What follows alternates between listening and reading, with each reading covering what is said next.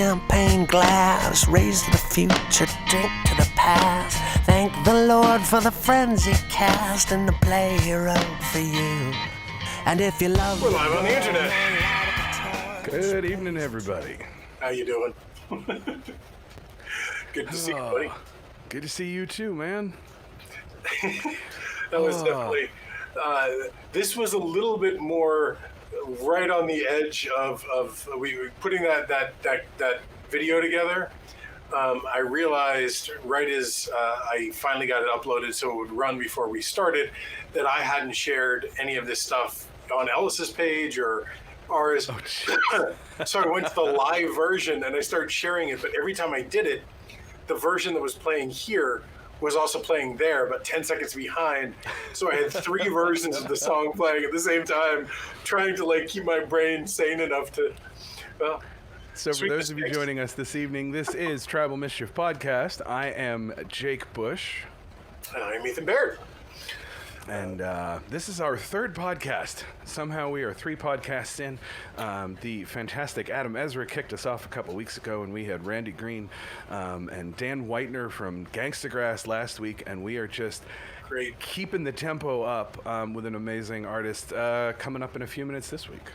Yeah, it's what I've really liked about the conversations that we've had so far is, we had a really in-depth conversation with Adam Ezra about the reality of his version of being a musician in post-COVID world and trying to be a conscientious ally. It's over?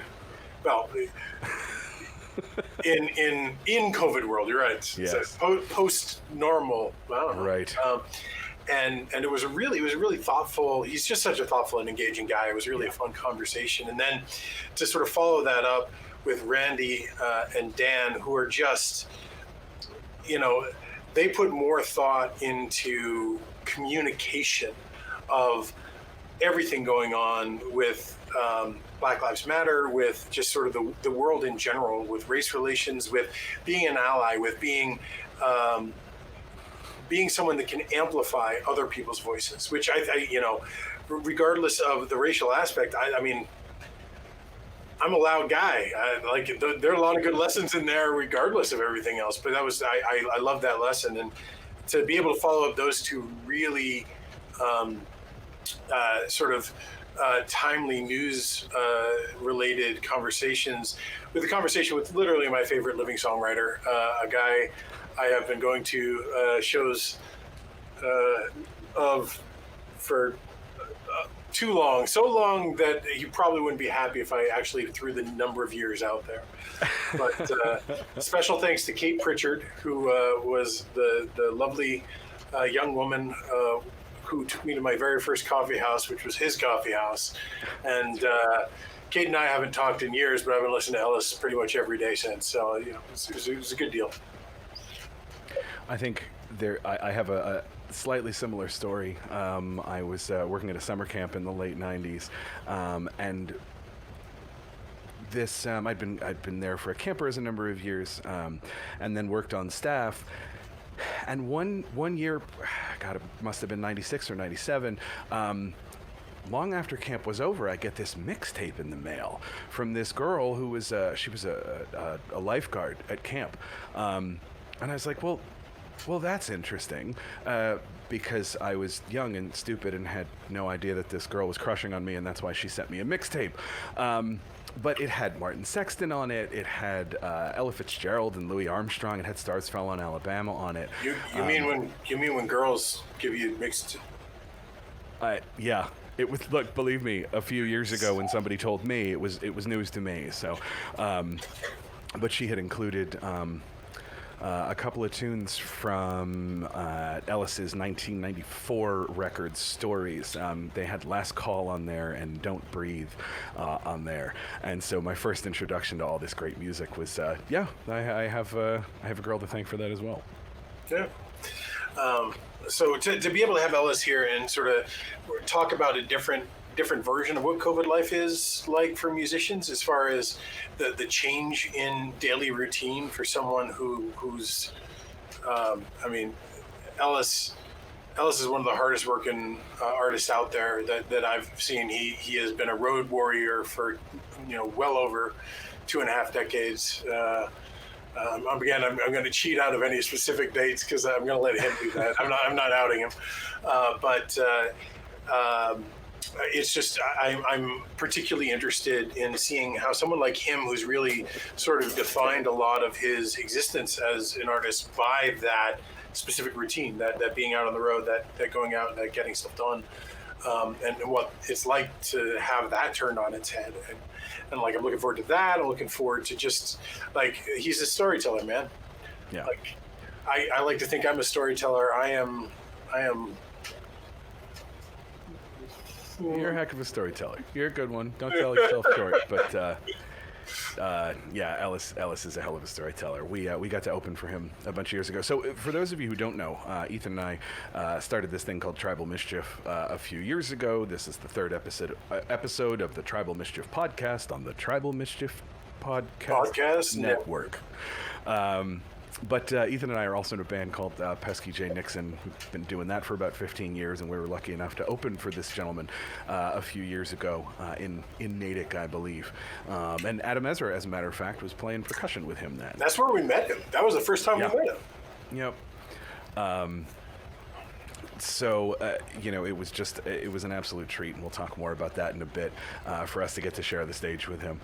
He shared his dressing room with us, which we were like, we get to share his dressing room. Yeah, he's just a fantastic member of the community. Oh, we lost Ethan. He is just a fantastic member of the community. And just such a generous person. There he is. Welcome back, Ethan. Hide and go seek. I was looking. I saw that we had a lot of comments. and I was like, "Oh, go look at that," and I hit back, and I was like, "Oh, oops." I do. Go ahead. Sorry. Go ahead. I just wanted to say, it looks like we've got some fantastic people listening in on Ellis's Facebook page. Wanted to let people know early, and we'll repeat this as we go, but the sort of the model of what we're trying to do is we're trying to get folks to look at the other forms of entertainment or the other forms of content out there. So we use Twitch, and that's our primary means of communicating. So we start on Facebook every week, and we do the first 20-25 minutes there, and then we switch over. So we'll put it, you'll see a little banner a little bit later on. This is the one from last week, so don't get too worried. We'll put it in the Facebook feed for folks. We'll put it in the Facebook feed. Go to twitch.tv/Tribal Mischief, and that's really where we pull most of our comments from. But by all means, please do. We can see your Facebook stuff, and we'll respond to that as well. And just really happy to have you guys in from Philadelphia and Norwood, Massachusetts. And Kentucky. We've got a Kentucky and Kentucky. What is it? Cascade, Colorado. I think right now, Deborah in Cascade, Colorado is our furthest listener. But please share where you're joining us from tonight. So yeah, we're really. Oh, Southern California, Rose, you had to up the game. You had to, and we got Ohio Cultural Infidel coming back. He's one of our regulars from before, and we're so happy to have you back. I just realized I assumed you were a guy. I shouldn't do that, but you've got one of my favorite screen names, and you've been here for 3 weeks, so good to see you, brother. I think we've got Julie from Great Britain. Man, that's past my bedtime. Julie's winning right now. I think Julie's winning. All right, so yeah, Ethan and I, we are founding members of Pesky J. Nixon. We have been privileged enough to share the stage with this gentleman. With everything that's going on in the world, we wanted to bring him on tonight because this podcast succinctly is about music, community, and the world around us. This gentleman has been a huge part of our folk music community for quite some time, so I think it is time that we bring in our friend Ellis Paul. Yeah. Hello, fellas. How are you, sir? Hey, Happy Father's Day. Thank you. I spent a little bit of time with my kids today. My daughter has a pretty bad case of sunburn, so she didn't want to get out in the sun, so I decided that we would celebrate later on in the week when she's feeling better. But Yeah, isn't Father's Day great? It's just a reminder of how lucky I am. Well, you and Jake share that in common. I have a dog, and he thinks very highly of me. You never know. Maybe 30 years you'll hear a rat-a-tat-tat at the door and say, hey, well, if it's 30, you owe me 30 Father's Days. That's a lot of cards here. I feel like if it's a child of mine, I would hope they'd be quicker than that. I would hope they would figure it out at least by 15 years. Yeah, you got to go with that 23. What is that? The DNA website where you get you put your the Mormons. 23andMe. Yeah, 23. Ancestry.com is another one. Right. I was listening to a crazy NPR thing. It's literally almost all of those organizations are literally owned and run by the LDS, the Latter-day Saint. Really? Which they didn't really get into the whys of it, but it was one of those sort of interesting, like, that community has a monopoly on that product. Yeah. So nice that everyone's saying Happy Father's Day. Thank you guys for that. I did not get to see my kids today. They're down in Connecticut with their mom, and but similar to you, I'll be celebrating with them in about a week. So I don't know if they're watching tonight, but Gavin and Soraya, go to bed. It's past your bedtime. Kidding. If Gavin and Soraya are watching, good seeing you guys. Well, tell me, guys. Jake, I'm not even sure what town are you in? I'm in Arlington. I know. In Arlington, Mass. Arlington. Yep. Wow. Yep. Greater Boston area. Same town as the great Vance Gilbert. That's right. Yeah. Run into him from time to time. Yeah. I believe you two are acquainted. We are. He runs away from you from time to time, is what I hear. He's a dear friend. He was just on my show as well, actually. Yeah, you guys. I'm great. sure you're going to have him on. Yeah. Right. Yeah. Yes, we're picking the date, but I already talked to him last week. Oh, good. I had the first skeptical conversation, and then the next time all in conversation. It was a nice progression. Right. Yeah. There you go. That's the arc of Vance Gilbert. Just a little skepticism, and then full in. All in. Both the funny thing about Vance and you is both of you have had really just. It is impossible to minimize the effect that you both had on Jake and my lives as musicians when we were touring, but also just as people within the community. Really, our quinceañera, our coming out as a band, was at a song critique at Falcon Ridge Folk Festival 13 or 14 years ago. Yeah. And they had agreed ahead of time to let these usually only singer-songwriters that was doing. They agreed to let us do it. So we were ready backstage, and we were there's a first time in front of any group over 30 people. Wow. And they introduced us, and we started running out. But Vance introduces us by, talking about, he's like, these young kids got back here. So, Pesky J Negros, and all four of us start running and stop. Like we're all like 2 feet onto stage, saucer, wide-eyed. Wow. Yeah. like holding our instruments. Like I don't think we can. What? Okay. That sounds like a true Vance story. Yeah. Easy to see him say that. Which is funny. He is absolutely one of our favorite people, and the king of keeping you off balance, but in a way that is both enjoyable to you and to the audience. Yeah, he's got a big heart as well. Mm-hmm. Yeah. So Ellis, we want to talk about you a bit. Okay. I've got you.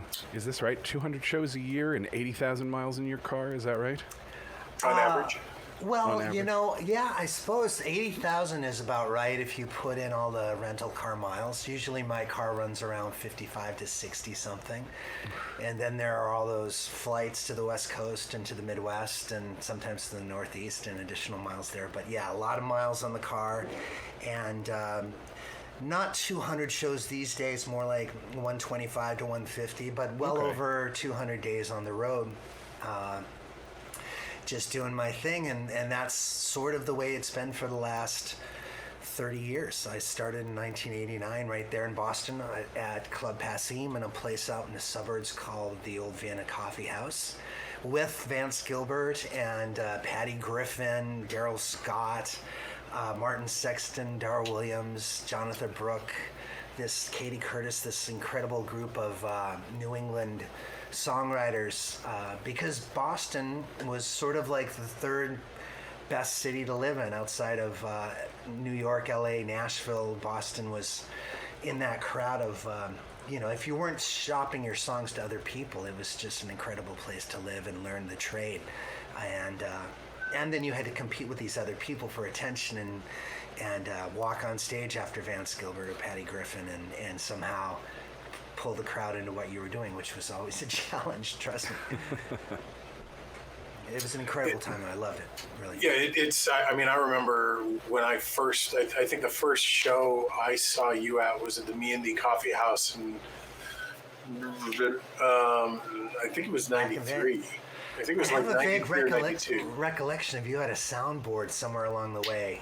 Like the soundboard would have been later. This would have been a very awkward, because I was, even at 12 and 13, I was roughly the same height. Yeah, I just had a was beard, like in 6th grade. You were like drinking scotch. Hey, I had a boy beard. I had like little shoots of hair. Yeah.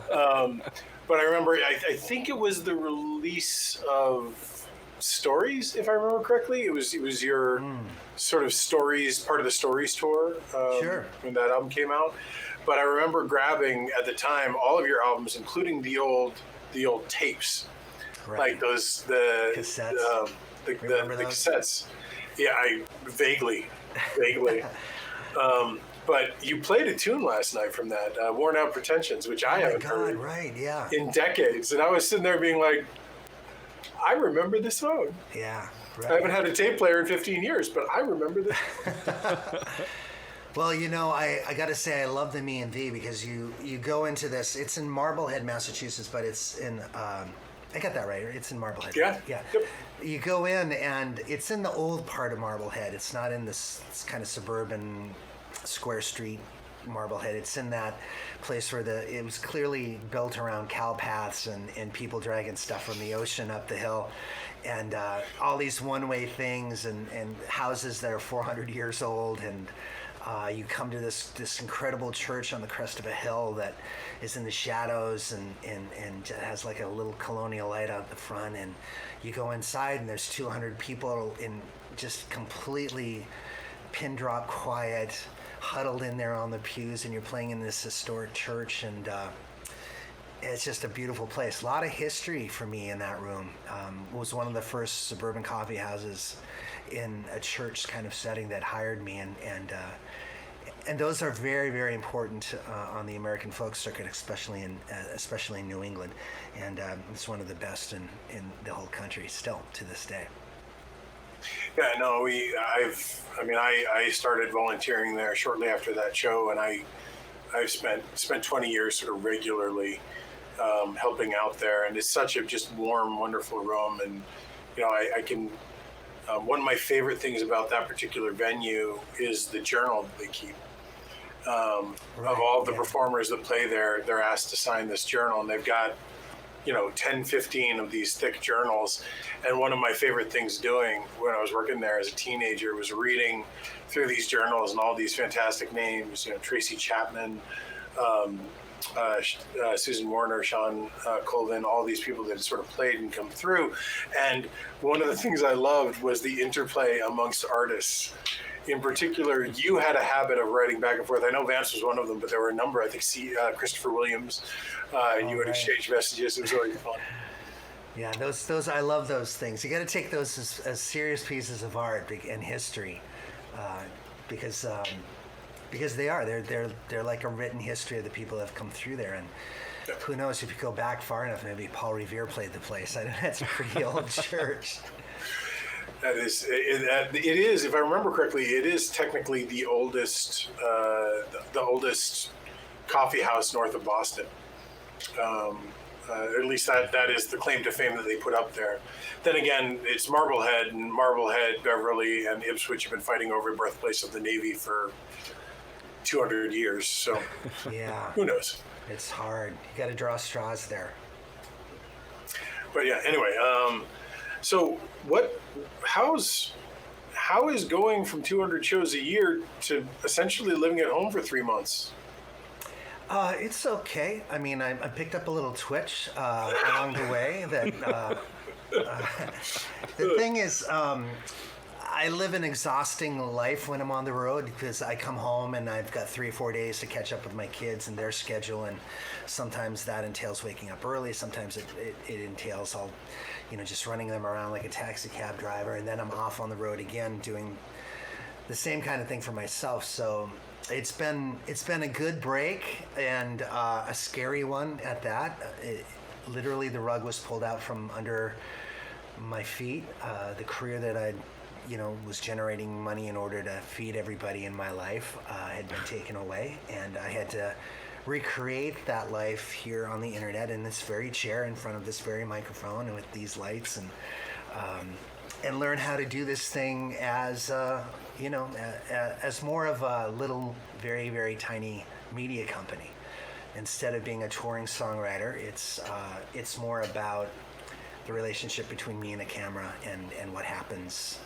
And songs are a part of it, but it's more about the ideas that are being expressed and this sort of sense of community that's being built, one person by person by person, and shared. And fortunately, my crowd has been great, and they've circled the wagons and certainly come into the internet to experience what I do here. And so it's been thrilling in a way because it's brand new and I'm still navigating it and recognizing the stuff that's hard. I mean, I'm literally playing every night and loving it, and then doing one very promoted, very themed show once a week that's more prepared. Everything else is kind of off the cuff, like tonight, and it's just about communication with friends and kind of creating a place where people can come in and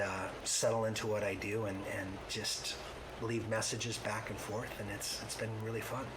Yeah, I'd think that there is real amazing ability to pull together a fan base doing this, and you and I have talked about this previously. Sort of art community in general, as far as creators, the musician types, have generally not been the first people to really jump into technology, and to see you really grasp that and sort of run with it has been really nice. And I what I like when I sit through your shows is I love seeing what we saw at the beginning of this, the person from Colorado, from California, from Great Britain, all saying hi, all interacting, and that's you and Adam Ezra were really pretty key models for us as we're looking to what do we want to do. We want to create that place where a group of people can come every week and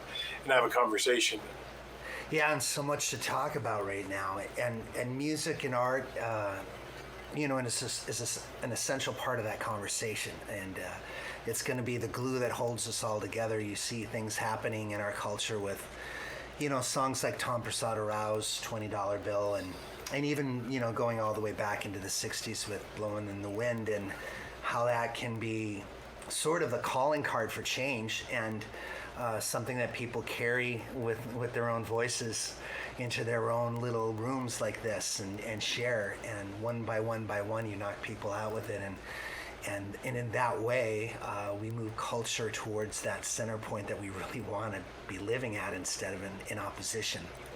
And what a remarkable couple days. I mean, the stuff with the TikTok thing and Donald Trump's 6,000 person huge showing in Tulsa, and he said there were 800,000 with people outside. I don't know what you're talking about, Ellis. Yeah, exactly. Right. Yeah, it's just amazing the power that we have with the internet.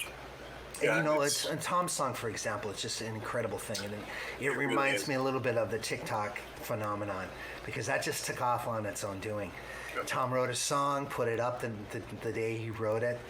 200 musicians have covered it and growing, and this is only a month ago, and his video's been seen in the hundreds of thousands, and then there's a collective hundreds of thousands of people who have been gathering around the people who've covering it, and and of course it's creating. I've had people write on my my site that I'm a dumbass for covering it, and brings out the opposition too, and all the haters and the trolls. But music is an incredible part of this journey, and a way that we can all get locked in and speak a common language.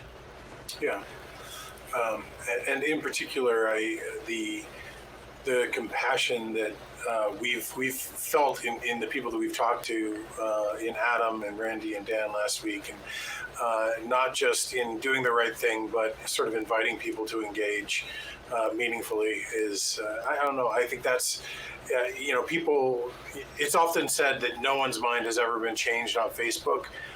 I haven't found that to be the case. I personally changed my mind about a lot of things, sometimes because I didn't research that thing and had to fix it afterward. But it is amazing that sort of the power of what a viral phenomenon can do, with Tom's $20 bill, with Pete Mulvey a couple of years ago with his Take Down Your Flag. Yeah. So it's nice to see those moments when our sort of community breaks into that world.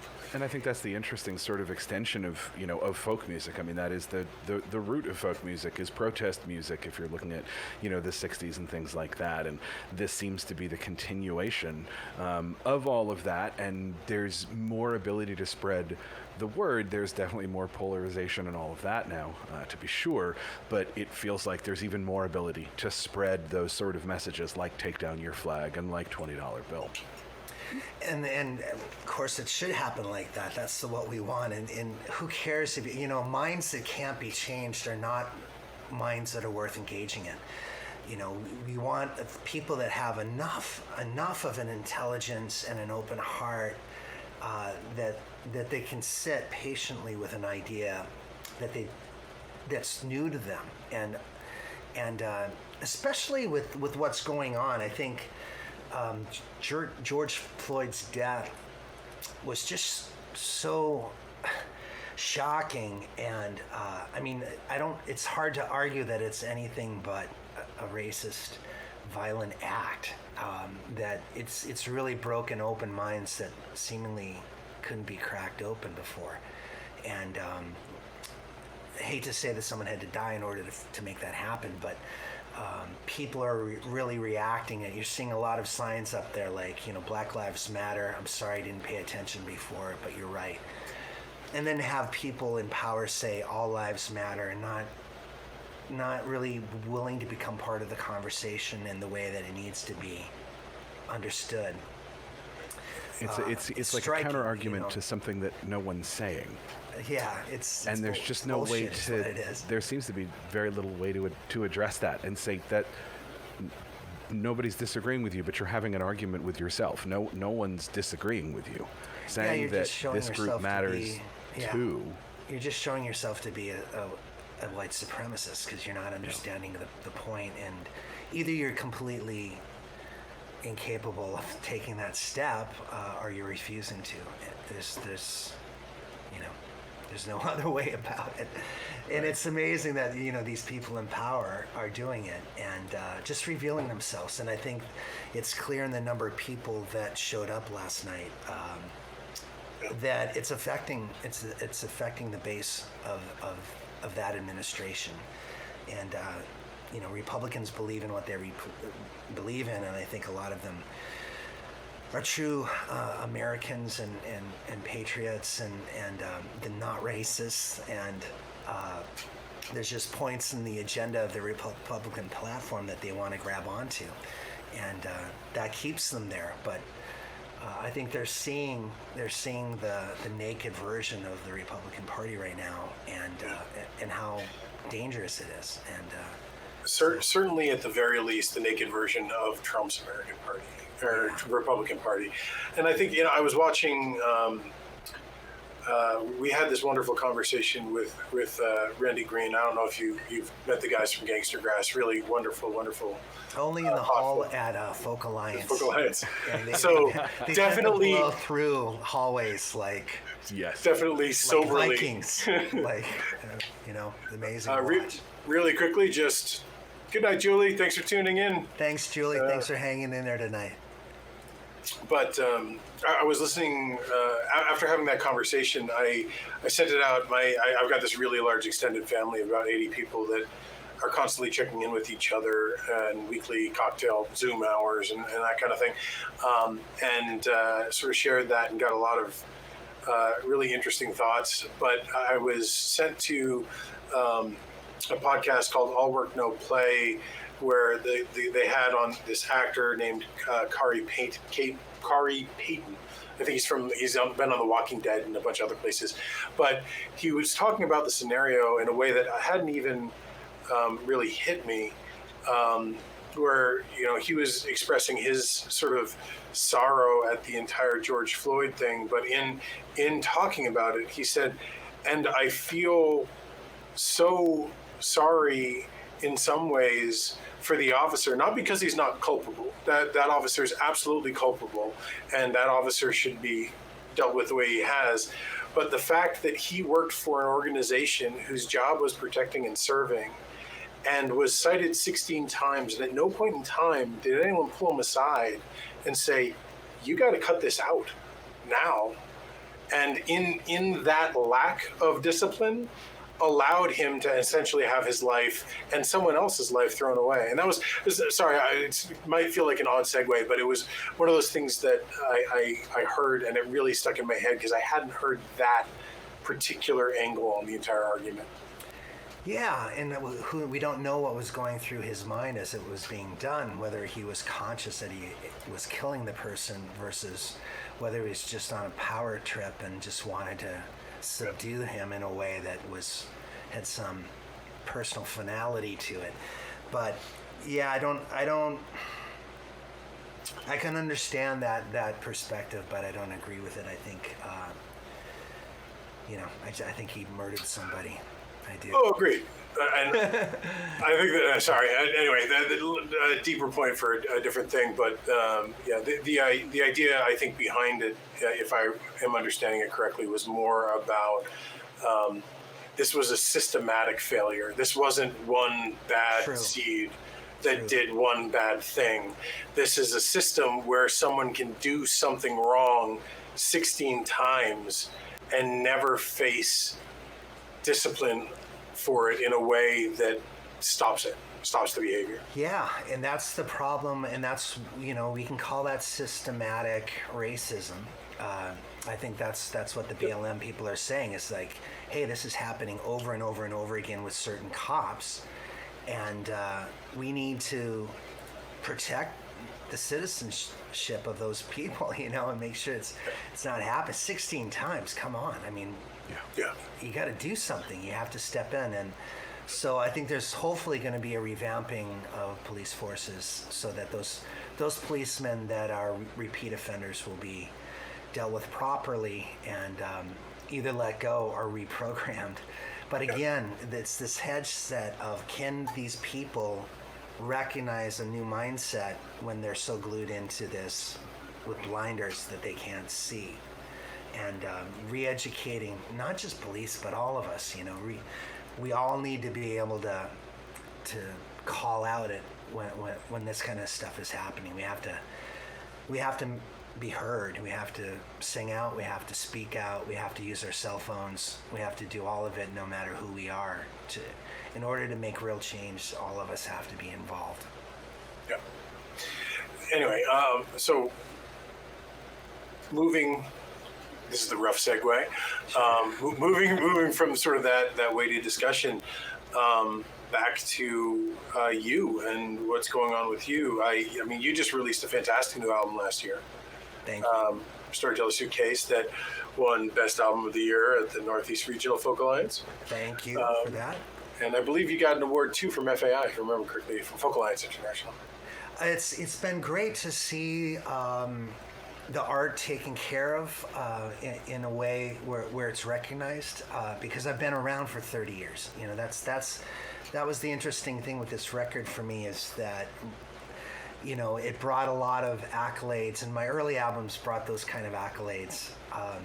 And then there tends to be this sort of take it for granted, you know. It's an Ellis has released 20 albums. What's one more, and why pay attention to it?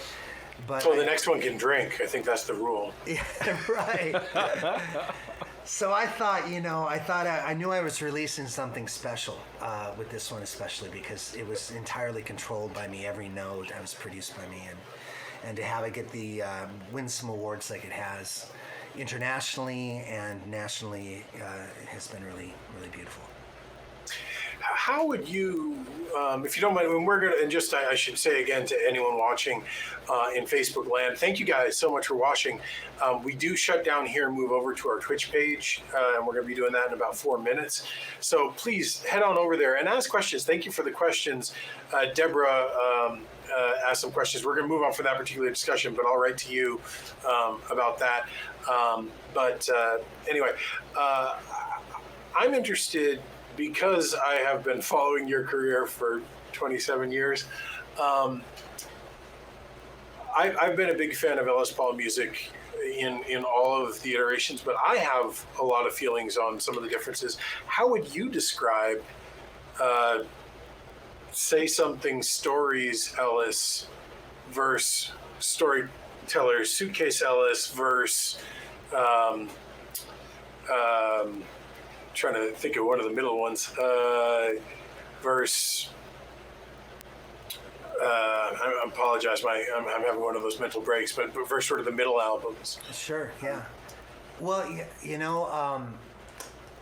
like any life, my life goes through this roller coaster of ups and downs, and marriages, divorces, kids, touring, trying to do everything all the way through it, and you're, as a songwriter, not just as a folk singer or a singer-songwriter where you're really writing personally, but as a folk singer where you're writing broadly about more community-based issues and things like that, those things come in and out of the picture as well. And as a commercial songwriter, at times I've spent years, trying to get the perfect song so I could find the perfect movie or the perfect country artist or the perfect somebody to step up and take the song out on a national level, because there's always a dream of writing something on, like a Hey Jude that just is that everybody knows. You want that one moment, that not only fills a bank account, but culturally has this impact so that it's in the head of every human being walking around the U.S. or around the world. And this album, in some sense, is a return to stories where they're vignettes of my life. And I think the main difference between the person I was when I was that age versus now is this sense of community and a broader sense of what the songs are about in the bigger picture. And I'm a better editor. I don't know that I'm a better singer. I'm certainly a better guitar arranger. But I think there's just a better sense of what's the song's mission in the world, and who's it pointed to, and how do I write this to really make it go right in between the eyes. And I think this new album, and I gotta say, by the way, it's called Ellis Paul Storyteller Suitcase. We're giving away, by the way, and also this, to the 800th subscriber at Patreon. We're very close to being at 800, only a few people away. So the 800th subscriber is going to get this in the mail and this in the mail. So he's a few to your, speaking of filling the bank account, one of the ways that you can support artists right now that can't tour and can't do shows is a lot of art. You can buy their merchandise, you can buy their albums, and a lot of artists, like Ellis, have Patreon. And if you go to patreon.com/Ellis Paul, you can subscribe to him, and for the link is right at the bottom of the video right now. If you pay even $1, you can support him on a regular, recurring basis, and there are benefits for different levels. And the 800th subscriber, not that we need 800 tonight. I think, how many more did we need tonight, Alex? I think we were 7 away from 800, and I did see someone just signed up for it, so that's You know what? We're staying on the air till we get 800 more subscribers to Ellis Paul. We're going to handle this like a good old-fashioned NPR evening. Hal in Philly wants to know what's in my flask. My flask is empty, but this flask is what's going to whoever is that 800th subscriber. But I'm drinking Basil Hayden, which is my favorite bourbon. It's a bourbon that I introduced to all my friends. It's a nice little bourbon, and I know these guys like to have a nip or two. So it's Yes. Jake, tonight, what are you? Tonight is Pinhook Straight Bourbon Whiskey. They've got a number of releases, but this is what I'm drinking horsing tonight. around over there. That's a dad joke. That's a Father's Day dad joke. Well, I am drinking. So the people talk about the healthy/unhealthy COVID things that people have gotten into. Healthy, I have started walking 2 to 5 miles every day and doing at least 1 to 2 20-mile bike rides a day, or a week rather. On the unhealthy side, I realized I'm not a big beer guy. I'm not a big wine guy. I like a good cocktail. So I bought a giant bar and I learned how to make mixed drinks. So Wow, you're a mixologist I'm working on it. and a musicologist. A musicologist. I feel like the two naturally should go together, don't you? I think they do. In my Often. experience. I think often they do, yeah. Nice. Hand in hand, really. I am drinking a Prohibition era drink, the Bee's Knees. Ah. It is 1 part lemon juice, 1 part honey syrup, and 2 parts gin. Wow. It's lovely. I never really got into the mixed drinks, although I love them when I have them. I like a good Manhattan. Yeah. What we were making, Laurie and I, the woman that I'm partnered with, she loves Harvey Wallbangers. She brings that up. She just likes saying it out loud. It's like the best name of any. It's in that sort of. I mean, there are so many interesting names. That would be fun. It'd be fun to invent a drink and name it. I think that would be really. Absolutely. That is another thing that I did. I did invent a drink and really? name it over there. Yes. So I discovered one of my favorite drinks that I discovered. There's actually a drink that is relatively, like most bartenders know it, but I've never heard of it before. But it's a drink called the Suffering Bastard. And it is. I've lived that drink. Yeah, I think many of us have lived that drink. Yeah. But I turned it. It was a ginger beer, gin, bourbon, and simple syrup. And I substituted, instead of the ginger beer, I substituted a mango juice, and I called that the Glorious Bastard, and that has been my drink. Oh, that's great. It's really quite wonderful. Yeah. And wasn't there a movie called The Glorious Bastards? Inglorious Bastards. Inglorious Bastards. So yeah, I think you get Quentin to Tarantino, I think, so it's a very different right, drink. and Brad Pitt. So there's Yes, you right. get a little bit of wash from that movie because it's almost, but not quite. You know, that's a nice little marketing move. Gee, I just need to sell the rights to it. There you Anyway, go. Copyrighted. so you've done can we talk a little bit more about your Patreon? Just because again, talking about our community, I really love seeing some people start embracing the digital life and what that means. And some of these tools take some forethought and take some knowledge and take some real effort to make them work. And I think Patreon is really one of those where it's going to work for you, but you're only going to get out of it what you put into it. And you've done a really nice job of that. Thank you. Well, you know, obviously I put at least two shows a week now are on it. Every Friday night is a show called Ellis Paul's Traveling Medicine Show. And that's a theme show. We've done songs about outer space. We've done songs about California, songs about traveling, planes, trains, automobiles. We choose destinations, modes of transportation. We just did drinking songs on Friday night, and I had Vance Gilbert come in. And next week I'm doing on Friday night summer songs, like songs about summer. Nice. And I haven't picked a special guest yet, but I'm starting to make some phone calls, and that should be great. So that show is archived on Patreon, and then I do an all request show every week on Patreon where people either in real time or they send in, hey, would you play this song from 30 years ago that I never hear you do, and I'll pull that out. And then there's there's a podcast version of it where I talk about stuff that I love, like Norman Rockwell or children's books or things that are off topic of music, and talk about that. And hopefully I'm going to bring in interviews and do more of a podcast like this where there's more discussions, and pretty much everything creative that I'm doing will be there first. And they'll also see it unraveling. Like if I'm writing a new song and I feel like I have a good guitar vocal version of it, I'll put that up. So there's 2 or 3 videos up every week. There's cover songs. I've done Vincent and by Don McLean. I've done Angel from Montgomery by John Prine.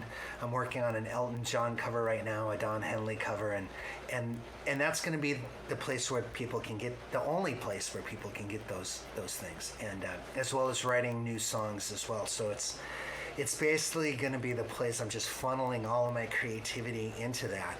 And I don't want people to look at it like one thing I don't like about the site is that it's called Patreon, because there's this idea of patronage, which is, it's a fine word, but there's sort of a looking down of people on a hill who are dressed in these lovely flowing robes, who are giving patronage to the artists who can't make money on their own through their art, and here's this gift of this charity, and I don't want it to be looked at like that. I feel like it's more like Netflix. I'm providing all of this programming.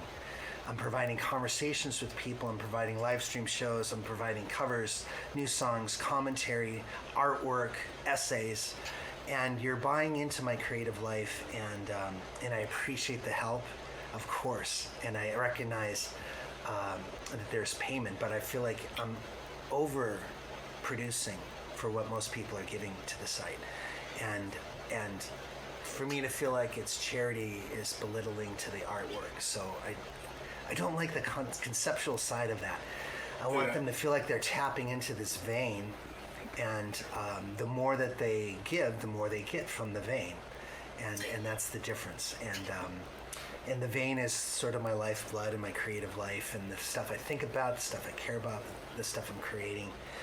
And I hope people are enjoying the ride. It's going to refine itself over time. I'm only 6 months into this, but I'm trying not to make people think of it as a charity. I'm trying to make them think of it as tapping into a vein that keeps on giving.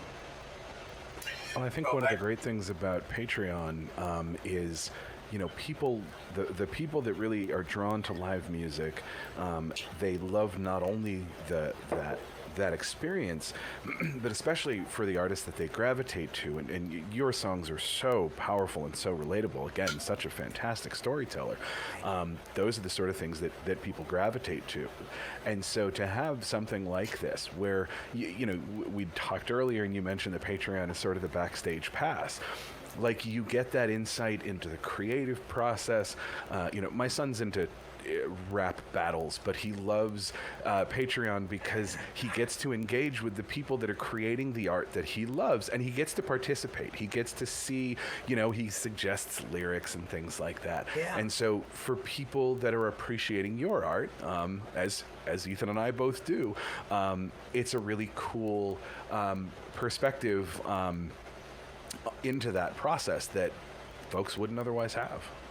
Well, thank you for that. I would love to see folk battles where people just invent songs on the fly, back and forth. Imagine me and Vance Gilbert doing that back and forth.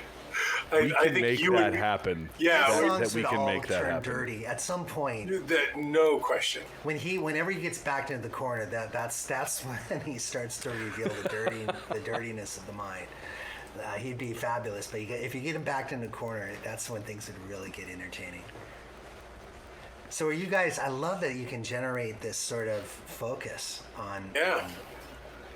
It's we did this has really worked well for us. I want to specifically call out Grey Moon, who jumped on the gin drink conversation and is offering us his personal drinks. We don't know. I am saving that. Gray, you're right. Grey Moon, I apologize for my potentially misgendering you, but I love the recipes. Keep them coming. Yeah, that's awesome. Yeah, there's something, one of the things that Jake and I have been talking about doing this podcast for 3 years, man, something like that. A while. Yep. And part of the issue that we ran into was we couldn't find the right platform or the way of having the conversation that wasn't so tech heavy that it was onerous, or like made it feel like we were completely separated from everyone else. And this has worked really well for us as sort of a middle ground. Yeah, and I love the conversation. It's like that side of it is not necessarily all about music. You're talking about cultural things that go beyond. You're talking about technology. And I think what's happening right now in our lives is like, look at how technology is changing political things, making life better, making life more true. The fact that a cell phone, which didn't exist with a camera, 25 years ago, can create a moment like the George Floyd moment, which results in, a month of people in the streets, and buildings burning, and demands for change. And it's technology is really at the center of what we do, and music is of course part of that story. But to me, watching it is and not really like the TikTok thing. Like, we're not on TikTok right now, right? Because that's usually like a 10-15 second video, right? I'm too old. I wouldn't even know how. We're all aged out at TikTok, but the fact that I just love that some little video that was 15 seconds long could do what it did last night in Oklahoma, and do it without a promotional company in the background or some political organization with an agenda. That it started in someone's room, someone had an original thought, they put it on TikTok, it went out, the next day it had 1 million hits, and then it went boom, boom, boom, boom. It's just unbelievable. And I got to be honest, like, that's what excites me most about the embracing of this type of communication, because it's, and you're actually probably the perfect person to talk to about this, because you've been in the music scene long enough that when you started making music, the ability to make a record, like there was a barrier for entry. If you wanted to have an album, you had to be able to raise enough money. There was a lot that had to go into being able to make that happen. And somewhere in the mid-late 90s, that barrier just started descending and descending and descending. And, I think a produced record still has, like a really produced record still has, a barrier for entry, but you've got to the point where there have been some spectacular albums recorded in apartments. Yes. And that's, I think, just moving that backwards, I think that's kind of how I see the internet right now. Getting in front of 1,000 people, or 3,000 people, or 5,000, or 1 million, like with Tom's song, the $20 bill, like, how would that have happened in the 90s or the 80s or the 70s? Well, it wouldn't. The only people that had successful careers back then were the people that were able to get through the filter of getting on a record label, having management, having a booking agent, having a career on the road, because that's essentially the only way you could do it, and which in some ways was was great because that filtered out some of these fringe people who might be able to put together one great song, but maybe can't do anything else. Like can't perform live, can't really perform at all. I feel like you've just described half of the one-hit wonders from the 90s. Yeah, I mean, those people exist. Like, I trust me, I believe everyone has like a closing time kind of song in them. You know what I mean? I was thinking Breakfast at Tiffany's, but Closing Time is a spectacular. Yeah, Delilah. Like, believe me, those, everyone's got one of those in them. Trust me. But now every one of those people has a chance to be heard. Yeah. Those songs obviously had record labels and money behind them and were pushed, but you know, the one-hit wonders, now all of us have the opportunity to have that song that rises. But again, the din is so loud. I honestly look at the batch of songwriters who are coming behind me and who I admire, like, you know, Alice Howe and Matt Nicoa and all these really talented people who maybe if they had come around in the late 80s, early 90s, would have graduated to a record label, and it's really hard because now how do you get heard when everyone is throwing that one song out that's actually quite good? Yeah. Like and then there's millions and millions of songs that suck and are just noise and sizzle, and how do you get heard above those songs as well as compete above that? And you know, hopefully those people still get invited in on booking agents and managers and venues and one by one. But, you know, instead of just being 30 or 40 of us, now there's 3,000, 4,000 of us just in the folk world trying to share the turf. And, and again, that's one reason why it's been so gratifying to have my last record rise above and be heard, because it's so hard to be heard as an individual now because there's so much going on.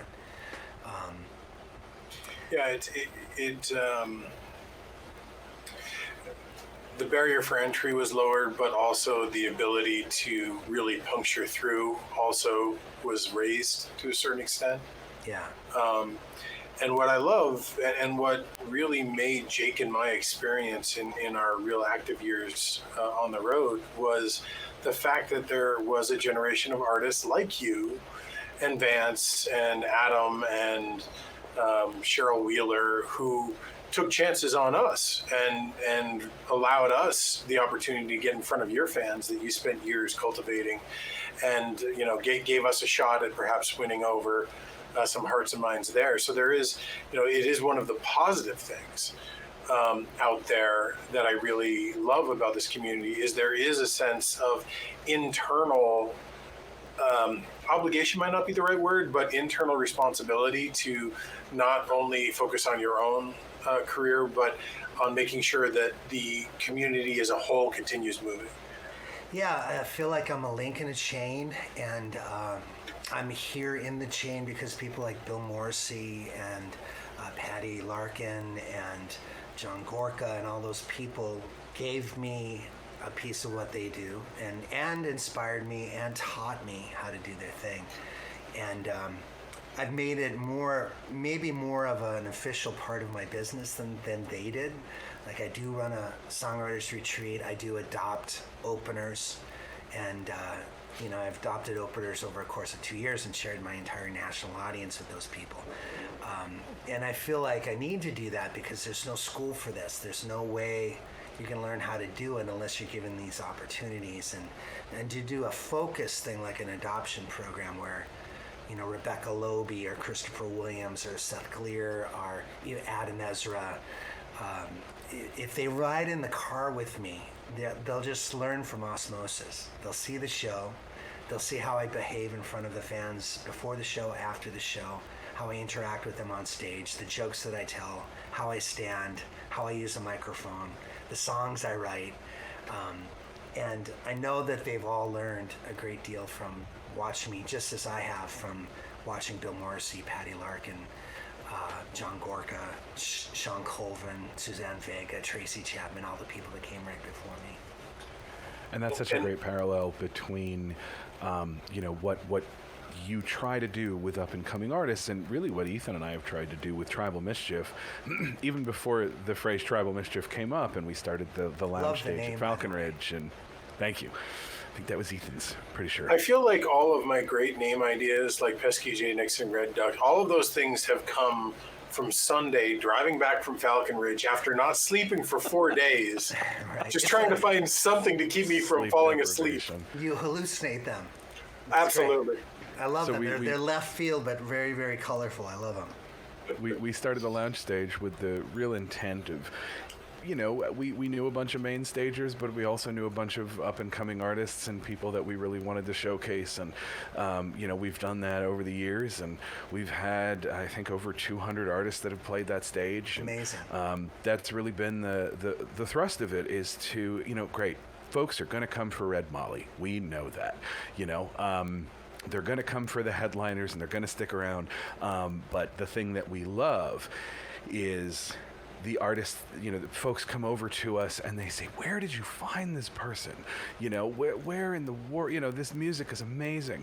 And that's really what we love. And I love the parallel there, with what we've tried to do and what you have clearly done. I mean, every artist that you named, we have heard all of them. They're all amazing artists, and the opportunities that you've given them so that people like us hear them. And that's really great to see. Thank you. And I love doing it.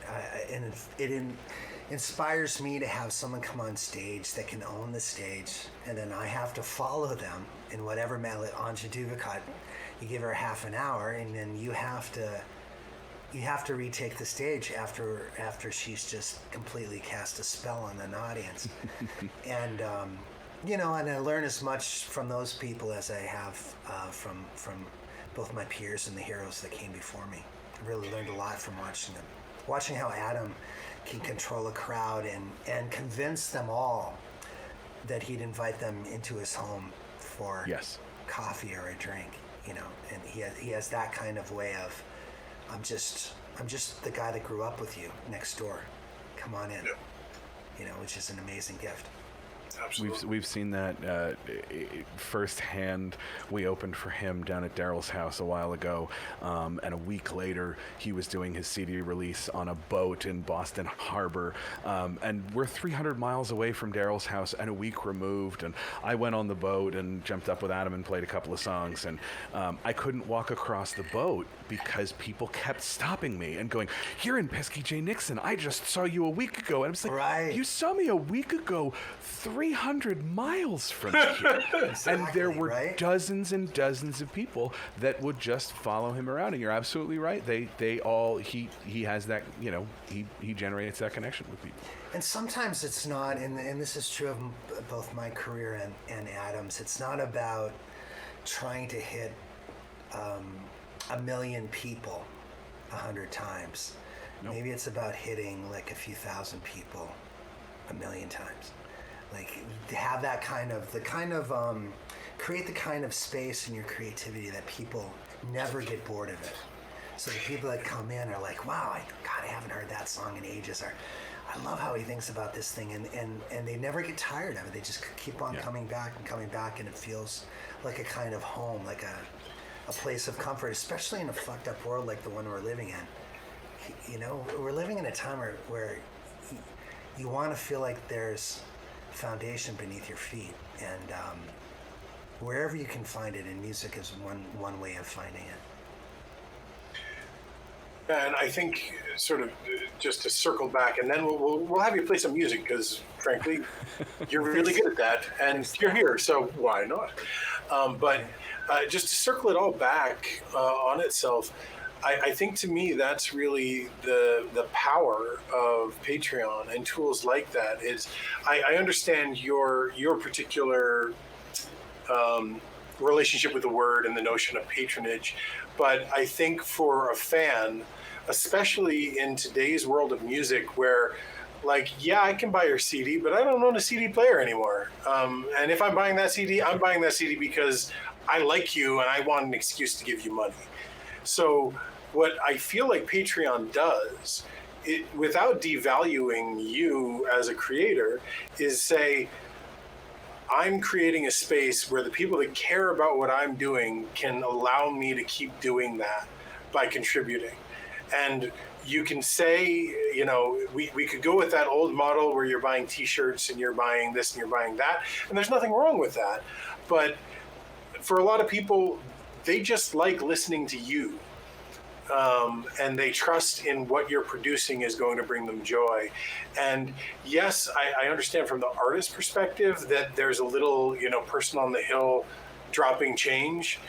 But I feel from their perspective, there's an empowerment to the situation where all of a sudden they go from this passive, after a show, can I give you money for something to take home, to can I sit with you on the journey? That's a great way to look at it. Yeah, it's like a seat on the journey, and it's a long journey. It's a train ride. We're in a cool car, and look, if we look around, look, there's a little bar at the back. We can grab a little bourbon or just bubbly water if that's what you're into. And check this out. I got these friends that come in who are also musicians like Pesky J. Nixon and Vance Gilbert and Adam Ezra. And they come and visit, and I go visit their crew, and they're on another train. But on this train, this is special. And you get this environment, and you get to meet the other people who are sitting on there, like the Karens and the Stacys and the Pauls and the Davids, and the the people that are along for the ride. And then suddenly you see a tribe, and if I might use the word from your very, the source of your own brand here, but there's a tribe around the music, and there's sort of an idea that the music is branded in a way, and whatever that is. I'm obviously a storyteller. There's a romantic side to my music. There's a social, political side to my music. Yep. Currently, there's a vest and a tie. Someone asked earlier if that's the only tie you own. I don't mean to stick you out. This is a listener question. See, and this is the great thing about my tribe is you get to, if you're really a longtime person in my tribe, you get to mock me and question my fashion statement. Question the fact that this would be my only tie. I have 5 ties in rotation. Yes, Paul Wiltberger wants credit for that mocking. Yeah, so that's another thing. You get that kind of access. I mean, would you go up to James Taylor and make fun of him? Or Joni Mitchell? Bob Dylan? Would you do that? No, but on my train, it's actually it's celebrated. And I think to me that's specifically the nature of that Patreon relationship that is so unique and offers such a kind of thing. Karen jumped in and basically said, in her mind, it's about finding a way to directly support the artist without necessarily wanting stuff out of it, just wanting the experience. That's true from their perspective, and I'm gracious and thankful because I recognize that that's happening. They just want to be there and support. And that's why you have 796 current patrons. We are 4 people away from 4 people away. Zero. There are 18 of you out there. I guarantee 4 of you. $1, and you might get a flask out of it. Imagine that. Technically, you can cancel the subscription after a month. Just saying. Don't say that. And you know what? If you only want oxygen in here, that you can just. I'm dumping oxygen out of this right now. If you don't drink, there's still something in there. For those of you in Radio Land, Ellis Paul is holding the flask upside down and shaking it. We try to remind ourselves that this is a video podcast, but we go audio as well. Ethan and Randy Green last week, they were like, "Yeah, you got one? Check this out. Look at what I'm wearing." And I had to narrate the crowd because they're both wearing these Superman T-shirts, and I was like, "For those of you in Radio Land, Ethan and Randy are wearing Superman T-shirts." Jake was literally doing a radio play of a faction battle. Yep. It works. That's why my mine lot doesn't. in life. That's why mine doesn't work on radio. Not particularly well. He's pulling a rope. Now he's creating. Wow, he's in a box. It's I feel amazing. Look I at feel the like box. that would probably have been one of my favorite live from here radio sketches, is if they did that. Right. Mime on radio with live narration. Right. It probably would have slayed me. Especially if it was somebody very funny doing the narration, it would Yep. be really, really great. So why don't we have you play some music? Okay, If sure. you're down for that. Let me do a couple songs for you guys. Yeah. Please. And thank you again. Thank you for having me on. As we take this musical break from this incredibly interesting conversation. It is our pleasure. All right. We've been Entirely. referring to you as the great Ellis Paul. So, folks, we give you the great Ellis Paul. Thank you, guys. I have to take my earphones off so I'm not so.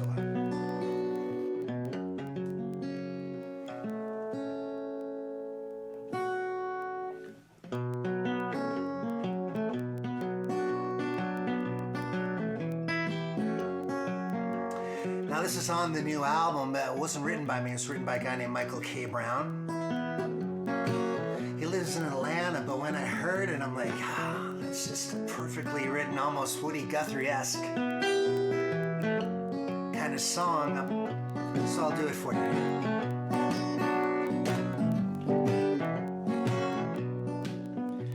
I can feel a new day coming.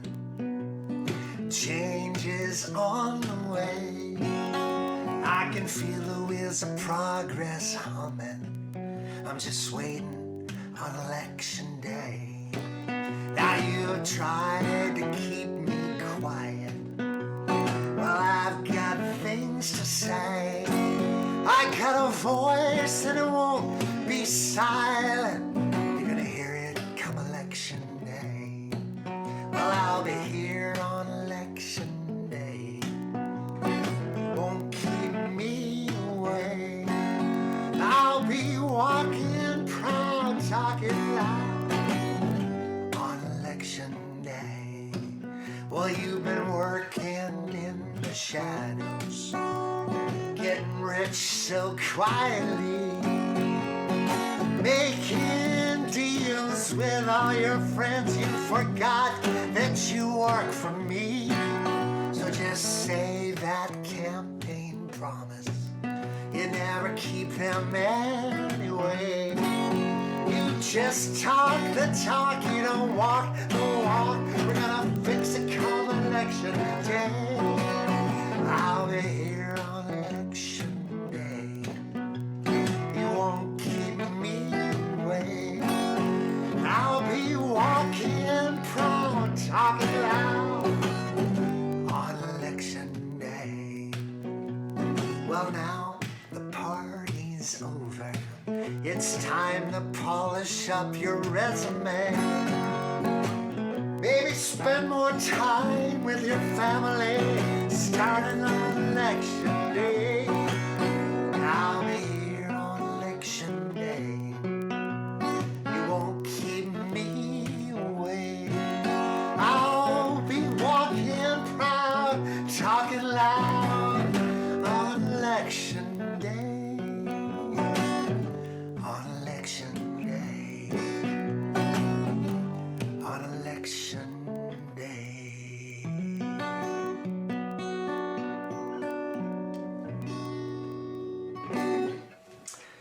All right, gang, that was Election Day. It was a song written by Michael K. Brown. He's a folk singer out of Atlanta, Georgia.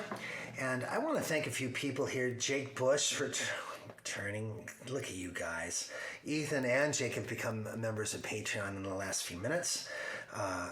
And there's a few other folks as well, though their names are not on my list. Let me see if I can scroll up or down. There are a few other folks from the broadcast tonight, and I want to thank you. I'll see you over there to give you thanks in person, but thank you for that. And, of course, I talk a lot about political stuff, and generally my shows aren't heavy-handed politically.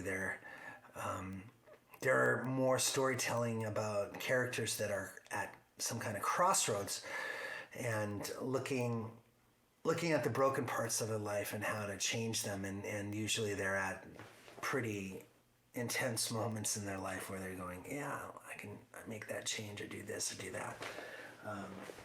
Let's see, what would I like to sing? I'll do this one. This one here, this is Guinness. those that don't know the guitar, I call it Guinness because of this. It looks like a poured Guinness in a glass. It's got 3 horses riding up and down the neck. I'll show you that right there. And I love this thing. Got it in Oklahoma.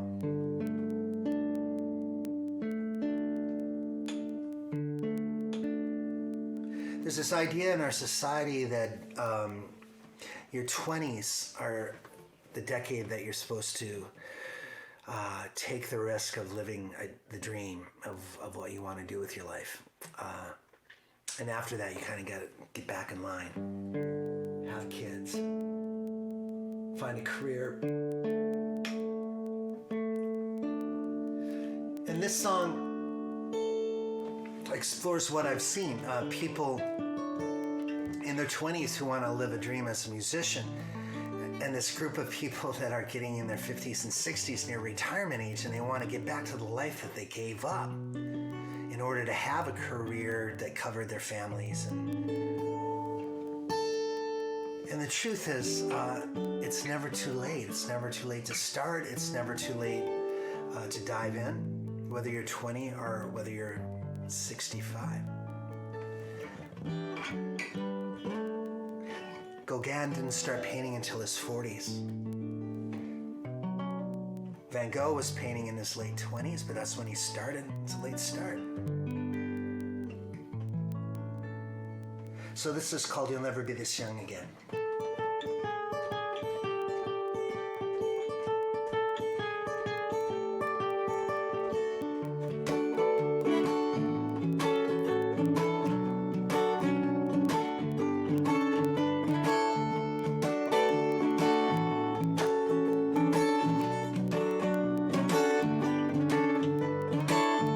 Met a walking man, his life and in his pockets, his thumb was in midair. On a road in Millinocket, 6-string guitar, his girlfriend's locket, going my way, my way. For a dream, he left the mills, he left the bricks, he left the mortar. I told him I could take him to the Massachusetts border. He sang like a jukebox on an endless roll of quarters down the highway. Sunny day, oh, you'll never be this young again. The train conductor's calling you 10. If it ain't now, then when? Oh, the mountain top ain't gonna wait forever. Fill your lungs with oxygen and take your first step. Breathe out, breathe in. You'll never be this young again. All right. An old friend said, Ellis, I've been living in a cubicle, making cold calls, popping pharmaceuticals. I thought my whole life would read more like a musical, so write your own West Side Story. Shake off the shackles, buy a tackle box, a boat, a cabin on Sebago to think, to float when the typewriter's clacking, the novel gets wrote. I'm telling you now, no risk, no glory. Oh, you'll never be this young again. The train conductor's calling you 10. If it ain't now, then when? Oh, the mountain top ain't gonna wait forever. Fill your lungs with oxygen and take your first step. Breathe out, breathe in. You'll never be this young again. All right, you'll never be this young again.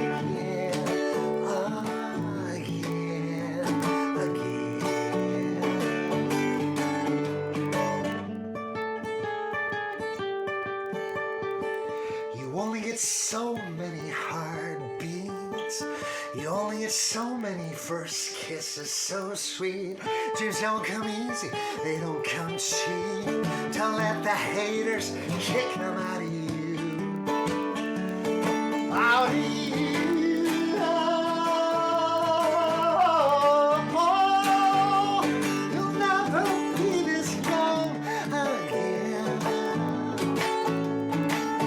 drink the nectar's calling its head. If it ain't now, then when? Oh, the mountain top ain't gonna wait forever. Fill your lungs with oxygen and take your first stab. Breathe out, breathe in. You'll never be this young again. All right, you'll never be this young again.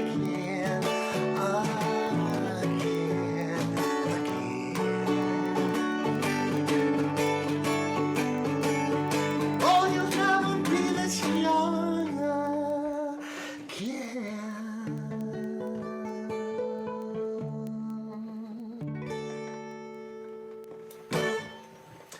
All right, fellas, come on back.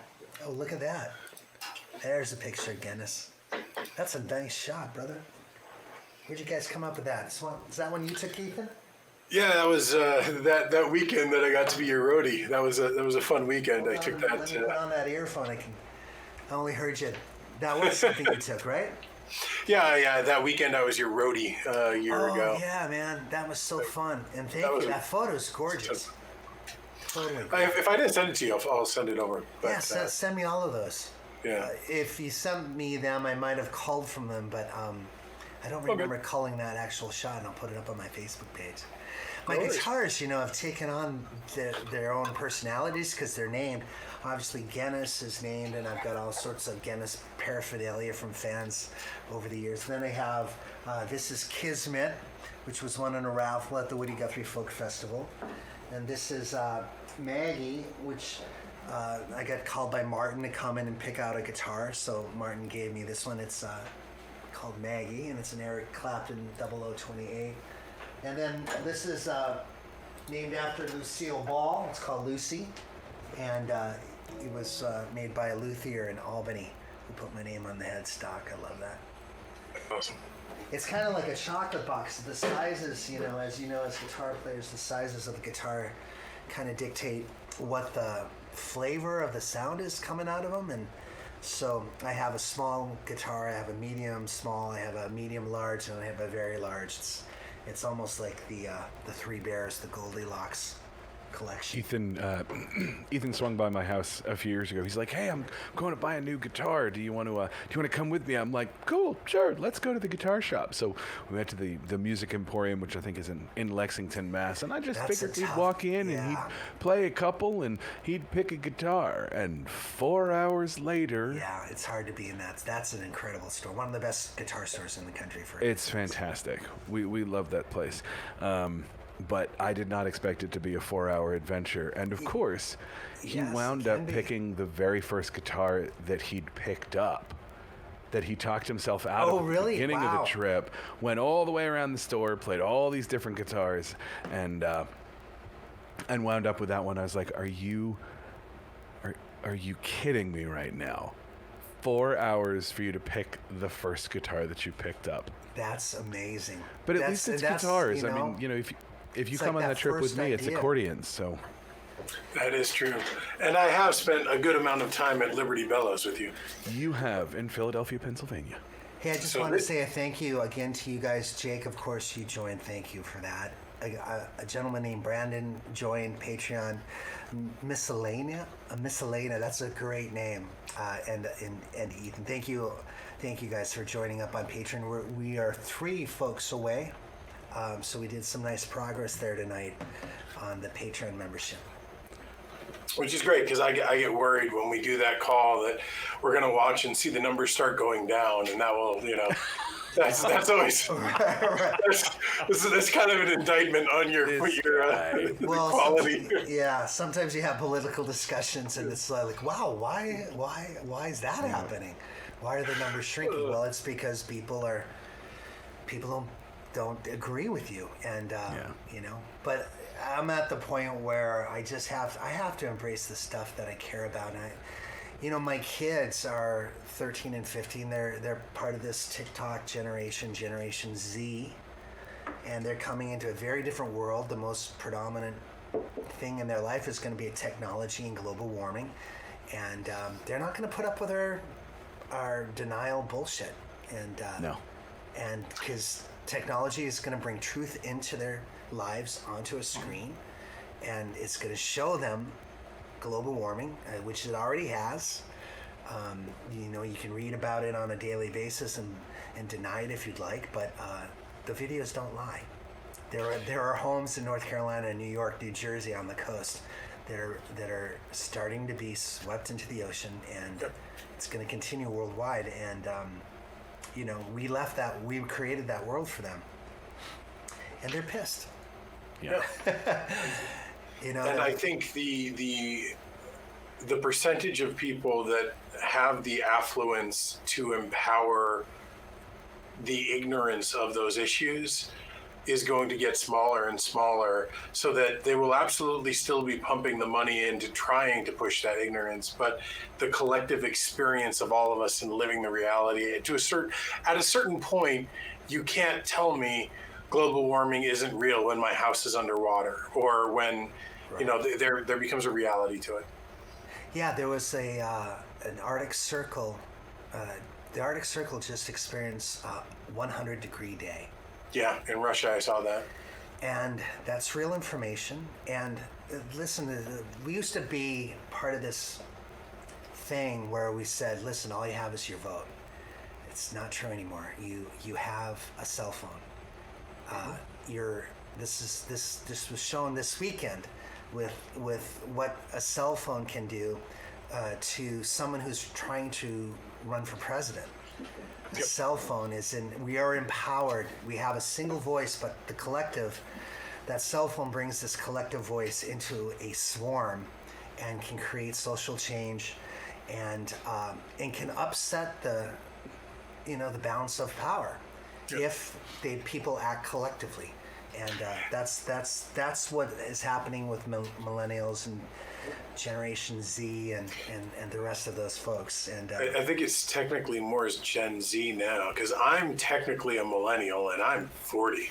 Yeah. So right. that entire blame the millennials is 20 years old at this point. We've got to sort of realize that's not the. I'm just hanging on for dear life. Oh, but I'm watching and I'm loving it. It's funny. I can't. It's the best news today to wake up to that story. Oh, yeah. That these high school kids punked Trump the president of the United States. Yeah, just fantastic, really, to me. It's funny because TikTok to me, and this will show my age. I just see it as a Logan's Run kind of environment where if you try getting into it over a certain age, just someone comes and cancels you. Yeah. They're like, nope, sorry. I see a gray hair. You're out. You don't. I'm you're definitely wearing not a allowed tie. in. Yeah. Sorry, we're not gonna. No, it's not happening. But Jake the was woman that started it was 51. Yep. And a white woman, and just said, "Listen, this is what we should do." She went to bed thinking, forgetting about it, and she woke up and there's 700,000 hits the next morning. Yep. So it's real. That power, the power of the cell phone is real. It created all of these. The cell phone created all of these marches that are happening, and hopefully it will continue. We're not going to put up with this bullshit. We have a phone. Look, this is happening. Don't deny it. You can't deny it. And what a powerful voice that has given us. It's amazing. Yeah. I think so. Jake was talking earlier, not to rough segue, but to rough segue about me swindling him into coming to buy a guitar, and I figured I should go run and grab it. Oh, that's the monster you bought. This is the one. It's a triple O body, and I got it specifically because a certain singer-songwriter who may or may not be in this interview taught me that drop tuning is a thing. Oh, nice. So wow. I got a guitar specifically for that, but it is. Let's see if it's readable. Oh, look at that! Wow. This is what's signed. The date? 14, 16? 4/9/10. 10. Wow. 10 years So this was 10 years ago. This is from the day we opened for you.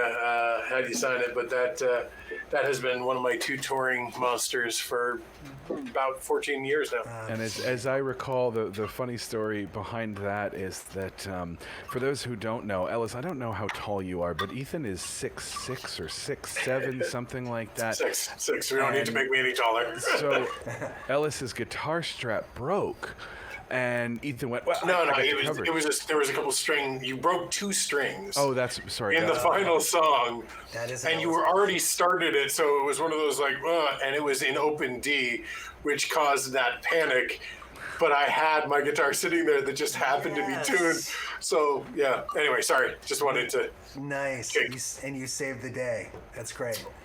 Well, I think Jake's. I'll let Jake finish the point, and I apologize. it was just that, you know, when you put a guitar that's set up for someone who's 6'6" on someone who is not, Yeah, it's hanging down by my knees. it hangs comically low, and it was it was pretty funny. It's so funny about the position of the guitar. Let me show you.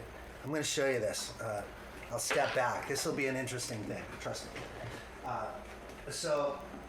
This is Elvis, right? Or Ellis with This is Ethan's Johnny guitar. Cash. Yeah. This is Woody Guthrie. The position of the guitar on everybody's body and how it floats. Of course, if it's an electric, this is the Clash, you know? Green Day. So funny. Yep.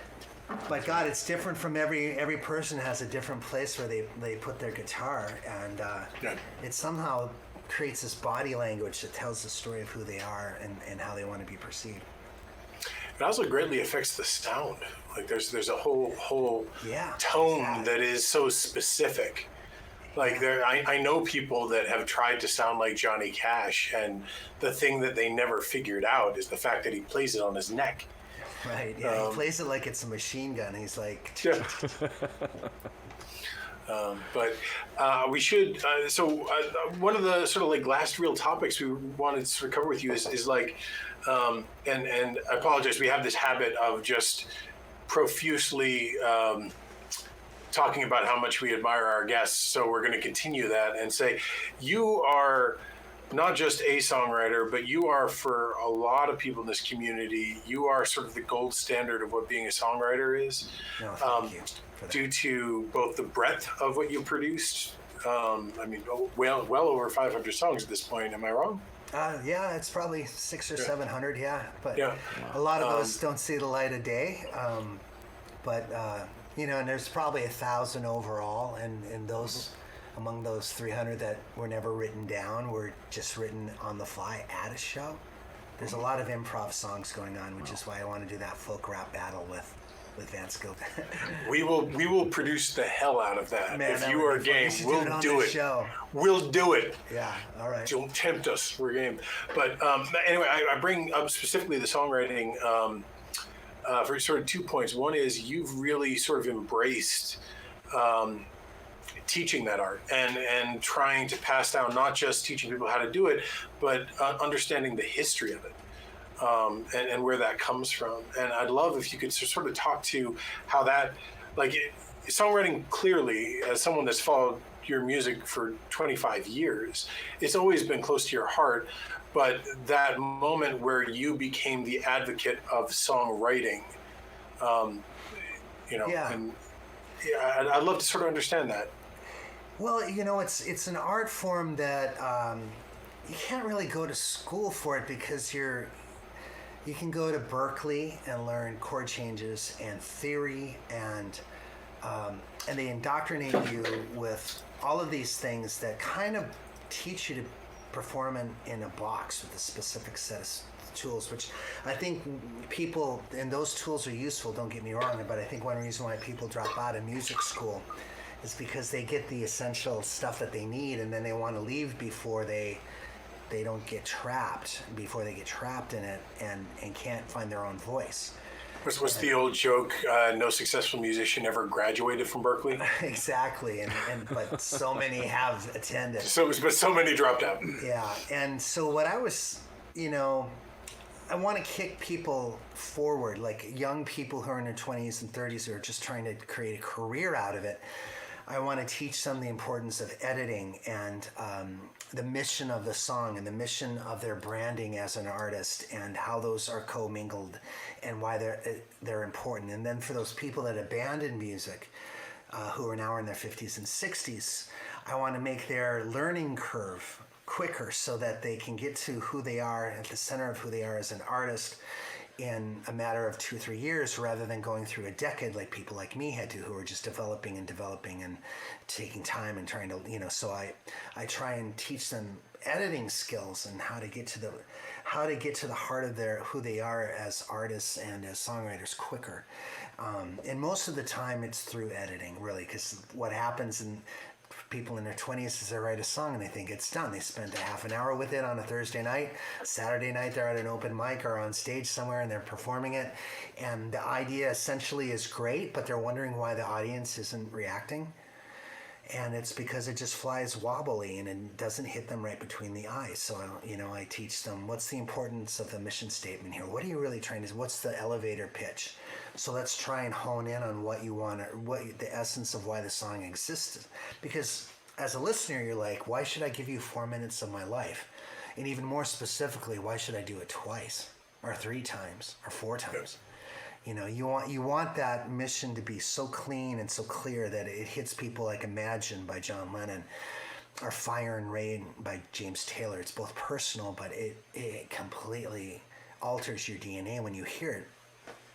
And that's not a song that's just written off the cuff. Those are songs that are lived with, and those artists don't do it like that. It might look effortless, but it's not. And if they wrote it in 5 minutes, it's because they spent 30 years preparing for that moment.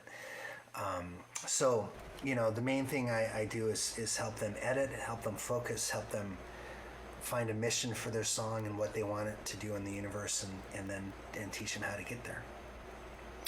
So let's say theoretically, there was a songwriter who hadn't written a song in, I don't know, 5 or 6 years. Yeah. For that poor soul, what would you suggest? I would suggest opening up your heart and mind first of all, and then walking around with a little journal with you. Go to movies, read the newspaper, and keep your ears open. It's a butterfly net experience, because songs like butterflies are everywhere. You just have to grab them when you see them, and and then you have to keep them alive. Then you take the butterfly home, the idea that you heard in passing or came out of a movie or a bar or someone's conversation or a headline from a newspaper. Then you take the butterfly home, you put it in a glass jar, and you build an environment where that thing can thrive. And the main thing is to recognize I am a songwriter, I'm a receptor of ideas. Those ideas are already out there. I'm not inventing them. They're universal ideas, And that way you don't feel like the pressure of I have to invent something out of nothing. And then it becomes you feel like, the pressure. It's no, the songs are already there. Just grab them, harness them, bring them, give them health, give them love, give them time, give them effort, and then set them free. That's great. Do you have a song? I'm curious. I wrote a couple of songs a few years ago, and one of them was about my grandfather dying, and that was the one that I expected to be the hit, and I'm putting that in quotation marks. And then I wrote another one about the same time, and everyone gravitated towards that one. Have you had any songs that you wrote and didn't realize were going to be resonant as they were? I think the biggest songs I've ever written have been like that, where, and then I look back at them and wow, that's a great hook, and it's a universal idea. Anyone can see their own life in that song, and that's why they gravitate towards it. And even if it's a song about Alice's Champagne Palace, that's one that always surprises me, because it's about a specific bar in Homer, Alaska. And they like that it's really about drinking, celebrating, being part of a community. It doesn't matter that they've never been to the bar, they love the song. And so when, I announced a trip to Alice's Champagne Palace on a cruise ship, it was why are 200 people signing up for this? It's because they just want to be part of that experience that the song kind of was recreating. Mm-hmm. And The World Ain't Slowing Down is a positive breakup song. It's sort of that if you love someone, set them free kind of thing. And I think that it's hopeful and positive and people can get into that. But, I love everything I write because I put time into it. I make sure that it feels good to me. And if it feels good to me, I don't value it any higher than any other song. They're all kind of my children. That's the way I look at them. But I know that some have more mass appeal than others. Fair enough. I wanted to just reiterate again for everyone watching, Ellis has a Patreon page. He's done a really nice job in setting that space up. Would love to see him break 800. We're just teetering at, I think, 797, 798. If we get to 800, that 800th person is going to get a signed record and a flask. That would be super nice. I'm just saying, I could always use a flask. Sign up for us, guys. We understand that you have a songwriting workshop that's coming up. Speaking of songwriting, wanted to make sure that we gave that a plug. Yeah, I have an online thing going on in conjunction with the Woody Guthrie Festival in Oklahoma. And I run the New England Songwriters Retreat with Larry McAllister, and that's going into its 5th year. But of course, because of COVID, we're probably going to have a gathering online and leave it at that this year. But yeah, so there's a lot of stuff, and I also have a songwriting channel called it the Song Factory channel on TrueFire. And just before I came in today, I put up a video about how great Don Henley's "Boys of Summer" is. I just love that song. And, that is one of my favorite songs. Yeah, we took a look at that, and I played a version of it that I've done on banjo and talked about why it's the perfect summer song.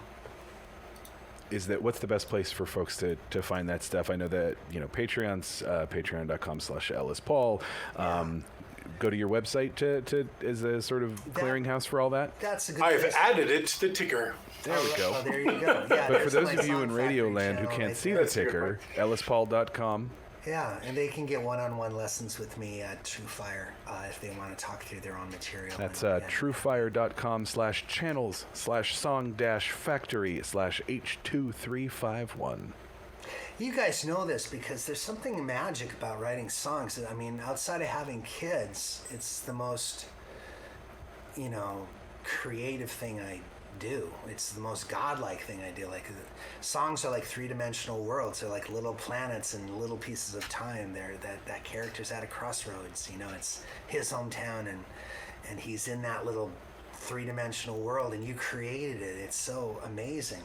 And when you do it right, when you really know that you're firing on every engine, and the chorus is an emotional lift, and the three-dimensional idea of the song is really great. People feel like they're really in a different place when they're listening to it.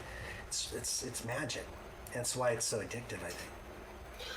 Yeah, it's a really wonderful way of putting it. And I want to thank you again, Ellis, for taking the time to spend the night with us. Yeah, it's good hanging with buddies like this. So thank you, guys. I love what I've loved about this so far is the people that frankly we want to spend time with anyway. It's an excuse to spend time with people that we love, and hopefully entertain some people in the process.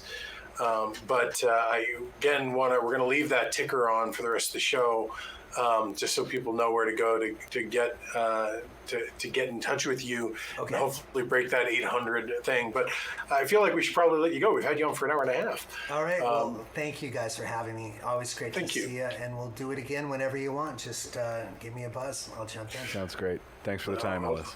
We'll take you up on that. All right. Cheers. Have a good one. All right. Bye.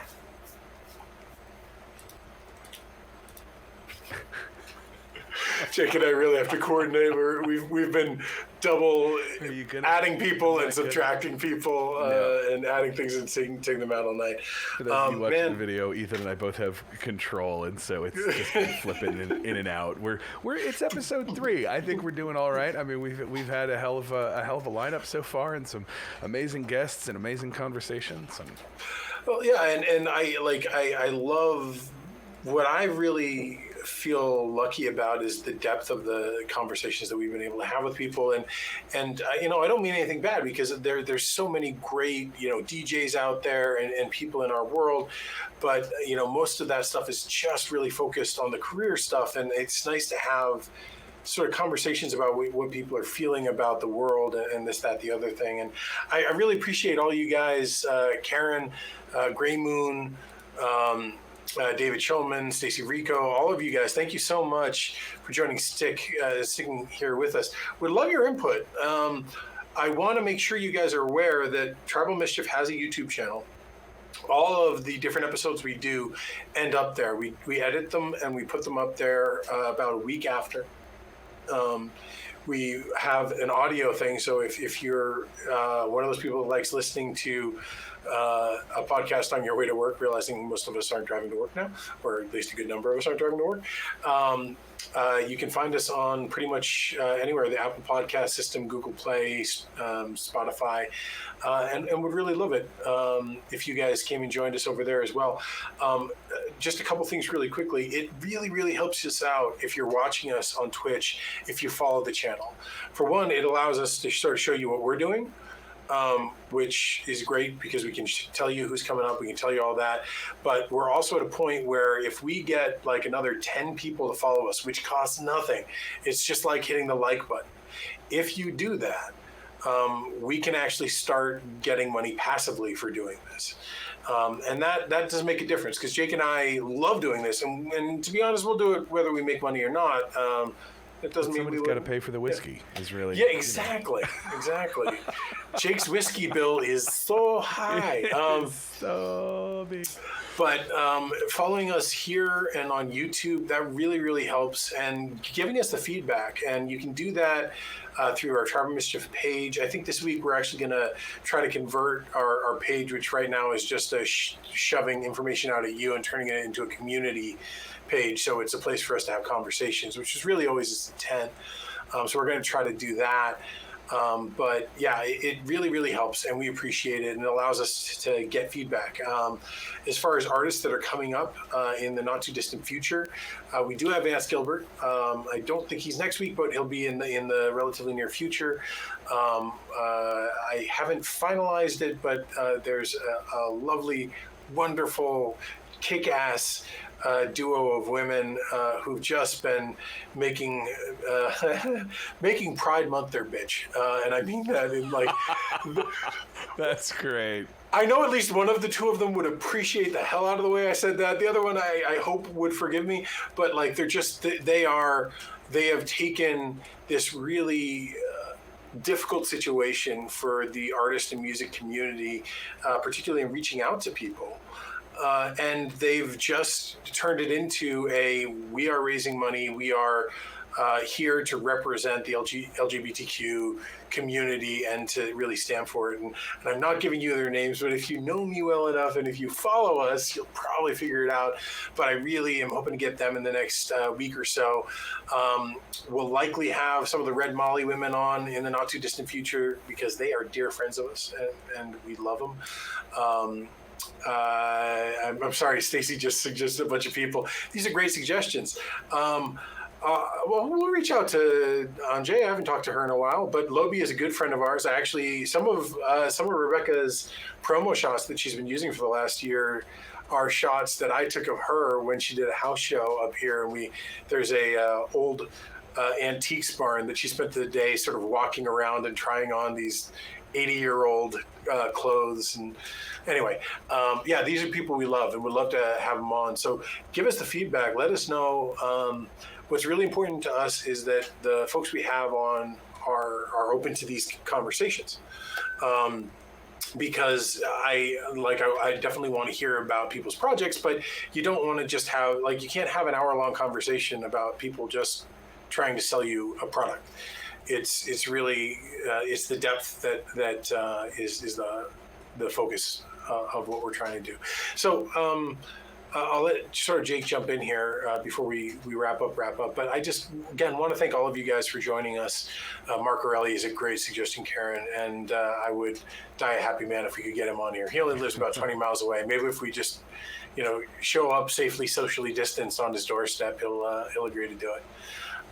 But yeah, thank you guys. It means a lot. Please do follow us on those things. As far as how to follow us, Karen, I think, who asked that.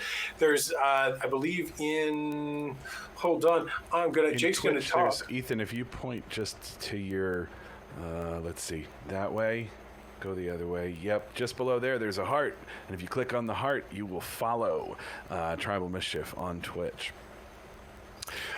So please stay in touch with us. We are really, I can't tell you how happy it makes us to see folks back here, for 2 weeks, 3 weeks now. So thank you so much. Karen, thank you for following us on Twitch. So you can find us obviously on twitch.tv/Tribal Mischief. You can find us on Facebook at facebook.com/Tribal Mischief Productions, tribalmischief.com. And we also have our own Patreon account. If you really like what you hear and you really want to support us, patreon.com/Tribal Mischief. On our Facebook page, feel free, or on our website, feel free to send us messages. Let us know who you want to hear. We've got some great suggestions here from Paul Wiltberger, Peter Mulvey, who we love, Willie Porter, Dan Navarro. Some great artists. We have a ton of artists that we're talking to about bringing folks on here. And the key here for us is we want amazing artists and we want folks who build community. Those two are really the keys of Tribal Mischief in general. And they're really the keys of the Tribal Mischief podcast, is to get folks on here who are going to have the important conversations with us. As Ethan said, they're not going to just come on and, be pretty faces and make pretty music. We want that for sure. I mean, it's okay if they have pretty faces and they make pretty music, but because somebody's got to pretty up the room, because it's not going to be me. I thought you were going to say us, and now I'm just seem like a jerk. I'm not throwing you under the bus. I'm just throwing you under the bus. So folks who are going to really have this conversation with us, give you the behind-the-scenes look, talk about what they're doing, building community both in the music community and beyond. So thank you all for being a part of our community, this nascent little thing that we call the Tribal Mischief podcast. Ethan, any closing thoughts from you? Yeah, a couple just quick things. One is we do this every Sunday at 8 p.m. Eastern Standard Time. So we will continue doing that. Our first season is 12 episodes, where this is episode 3, which means we've got another 9 straight weeks of doing this. So mark it on your calendars. If you'll be here, we'll be here, and we'd love to see you. And we're sort of looking at some other sort of side projects. One of the things that I've done, actually Ellis was one of the people I did it with, is I reached out to a number of different singer-songwriters who were dear friends of mine, and sort of had the conversation about what does post-COVID life, what does COVID life feel like for you as a musician? And I got some really wonderful feedback from artists like Connor Garvey, who's just a dearly beautiful human being and friend. Rachel Kilgore, who's for my money right now, and nothing against Ellis, he's still my favorite living songwriter, but right now I think Rachel is probably writing the best songs out there. And just got to have this conversation. So I'm taking 7 hours of conversation with these folks and editing it down to about a 25, maybe 30-minute video, and we're going to air it live on Twitch. So if you follow, you'll know. And I think we probably won't run it until after the next show. So we'll tell you exactly when that's going to be. But we're working on those kind of projects and sort of seeing how we can bring you just more, what's the word I'm looking for? Just more intimate conversations. Like we would like you to feel like you were in the room. And Paul, you're absolutely right. If you're talking pretty faces, Alice wins Freebo. I love Freebo. And we love both of their music, for the record. Yeah. They have both played the lounge stage. So. Yeah. They're dear. So thank you guys. We'll sign off there, unless Jake, you have anything else? No, this is clocking in at almost 2 hours. We talked about this being an hour to an hour and a half podcast, but we know how we can talk and we know how our friends can talk, and so we really appreciate you all sticking with us and joining us on this journey. We will see you all back here next week, 8 p.m. twitch.tv/Tribal Mischief. Catch us on all the socials. Thank you very much. Y'all have a good night. Have a wonderful evening.